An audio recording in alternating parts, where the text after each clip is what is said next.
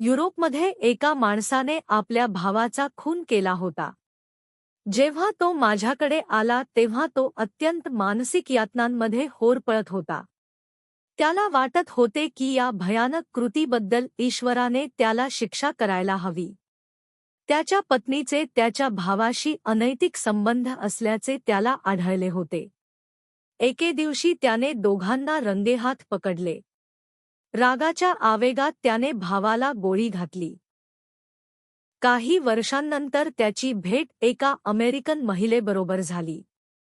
त्यांनी लग्न केले आणि त्यांना 3 गोड मुलं झाली.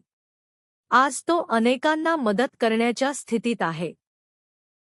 मी त्याला समजावताना सांगितले की शास्त्रांच्या मते 11 महिन्यांनंतर आपल्या शरीरातील प्रत्येक पेशीचे नवीन पेशीत रूपांतर होत असते. त्यामुळे मानसिक आणि शारीरिक दृष्ट्या तो आता तोच माणूस राहिला नाही.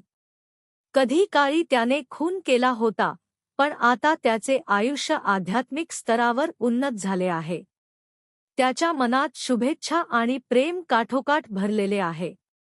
त्यातील खुनी प्रवृत्ती आता आध्यात्मिक आणि मानसिकरित्या नाहीशी झाली आहे. या प्रकरणाचा त्याच्या मनावर खोलवर परिणाम झाला. त्याच्या मनावरील जड ओझे हलके झाल्यासारखे वाटले. बायबलमधील पुढील ओळीचा खरा अर्थ त्याला आता समजला. तू ये, आपण मिळून ताळमेळ साधू.